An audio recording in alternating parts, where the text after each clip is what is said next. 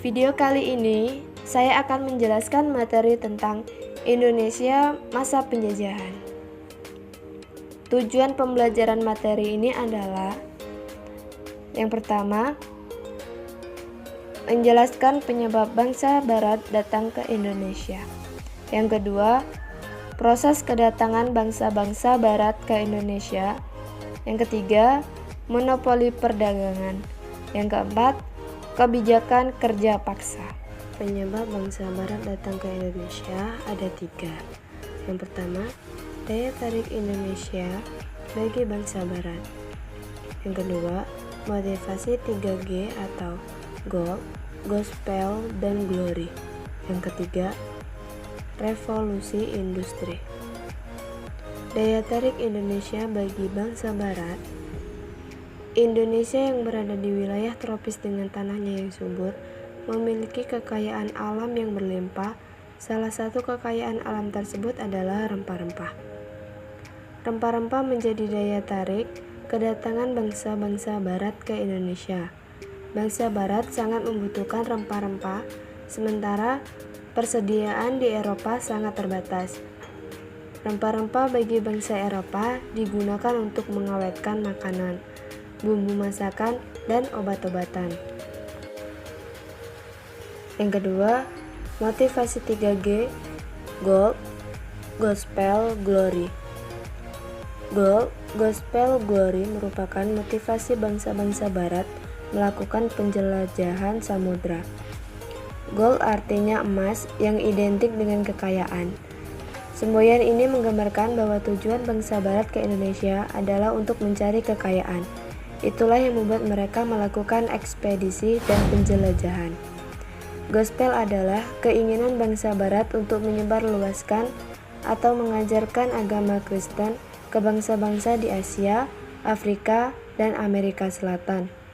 Sedangkan glory bermakna kejayaan bangsa. Yang ketiga, revolusi industri.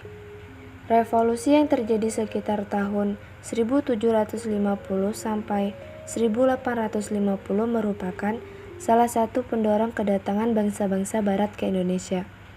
Revolusi industri adalah pergantian atau perubahan secara menyeluruh dalam memproduksi barang dari sebelumnya menggunakan tenaga manusia dan hewan menjadi tenaga mesin. Dengan adanya penggunaan mesin dalam industri menjadikan produksi lebih efisien. Ongkos produksi dapat ditekan, serta barang dapat diproduksi dalam jumlah besar dan cepat.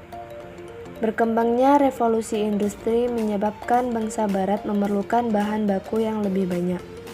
Oleh sebab itu, revolusi industri merupakan salah satu penyebab datangnya bangsa Barat ke Indonesia.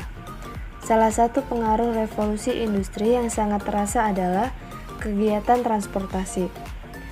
Penemuan mesin uap yang dijadikan mesin penggerak perahu merupakan teknologi baru pada masa tersebut. Perahu mesin uap merupakan penemuan sangat penting yang mendorong penjelajahan bangsa-bangsa Barat. Selain penemuan mesin uap, revolusi industri didukung berbagai penemuan lain seperti kompas, mesin pemintai, dan sebagainya. Penemuan-penemuan tersebut memicu bangsa Barat untuk melakukan berbagai petualangan.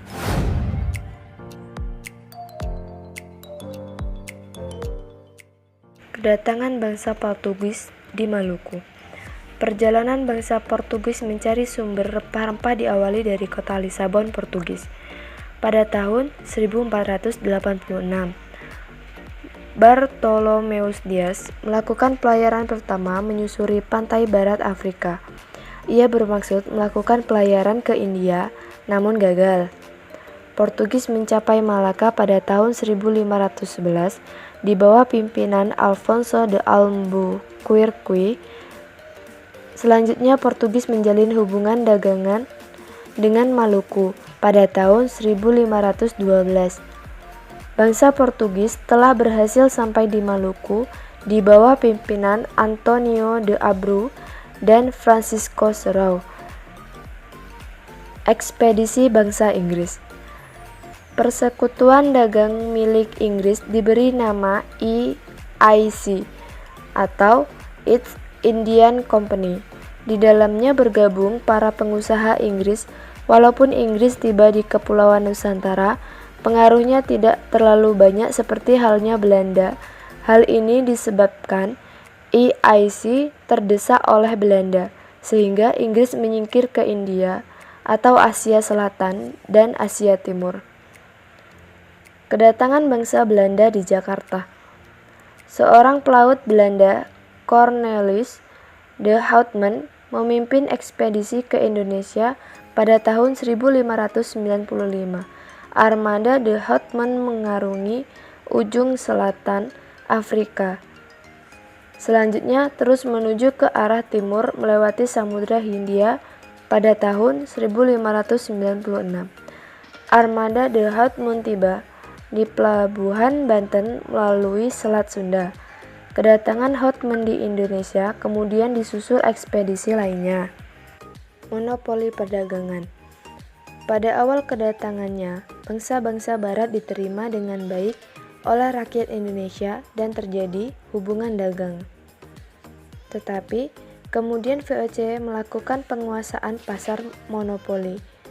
VOC memakan para raja untuk memberikan kebijakan perdagangan hanya dengan VOC. VOC bukan hanya menguasai daerah perdagangan, tetapi juga menguasai politik atau pemerintahan. VOC memiliki hak oktroy atau istimewa. Yang pertama, hak mencetak uang. Yang kedua, hak memiliki angkatan perang. Yang ketiga, hak memerintahkan daerah yang diduduki.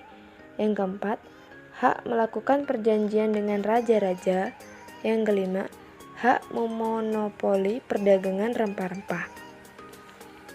Pada saat melakukan monopoli rempah-rempah di Indonesia, VOC membuat perjanjian dengan kerajaan-kerajaan di Indonesia. Isinya, setiap kerajaan hanya mengizinkan rakyat menjual hasil bumi kepada VOC. Belanda memaksa kerajaan-kerajaan di Indonesia untuk menandatangani kontrak monopoli dengan berbagai cara. Salah satu adalah politik adu domba atau divide et impera. Adu domba yang dilakukan Belanda dapat terjadi terhadap kerajaan yang satu dengan kerajaan yang lain atau antar pejabat kerajaan. Dengan adanya monopoli, rakyat tidak memiliki kebebasan menjual hasil bumi mereka. Mereka terpaksa menjual hasil bumi hanya kepada VOC. VOC dengan kekuasaannya membeli hasil bumi rakyat Indonesia dengan harga yang sangat rendah. Untuk meluaskan kekuasaan, VOC mempersiapkan penguasaan dengan cara perang militer. Akibat korupsi dan manajemen perusahaan yang kurang baik, VOC mengalami kebangkrutan. Pada tanggal 13 Desember 1799, VOC telah dibubarkan. Mulai tanggal 1 Januari 1800, Indonesia menjadi jajahan pemerintah Belanda atau sering disebut masa pemerintahan Hindia Belanda. Materi selanjutnya adalah pengaruh kebijakan kerja paksa. Pemerintah Belanda menginginkan keuntungan sebanyak-banyaknya dari bumi Indonesia sehingga menerapkan kebijakan kerja paksa. Salah satu dari kerja paksa adalah Jalan Raya Anyer sampai Panarukan dengan 1000 km dari Cilegon, Banten hingga Panarukan, Jawa Timur. Anyer Panarukan dibangun 200 tahun lalu oleh pemerintah Gubernur Jenderal Herman Wilton Daendels yang merupakan bagian dari Republik Batav atau Prancis. Jalan tersebut juga jalan raya pos dengan tujuan dibangun untuk kepentingan militer pemerintah kolonial. Berikut adalah peta jalan raya pos dari Anyer hingga Panarukan pada tahun 1808. Jalan Anyer Panarukan merupakan penghitung kota-kota penting di Pulau Jawa, penghasil berbagai tanaman ekspor. rakyat Indonesia dipaksa Belanda untuk membangun jalan. Akibatnya ribuan penduduk meninggal, baik karena kelaparan maupun penyakit yang diderita. Pengerahan penduduk untuk mengerjakan berbagai proyek Belanda. Inilah yang disebut kerja rodi atau kerja paksa. Itulah penjelasan materi tentang Indonesia masa penjajahan dari saya. Kurang lebihnya saya mohon maaf. Semoga bermanfaat untuk kita semua. Wassalamualaikum warahmatullahi wabarakatuh.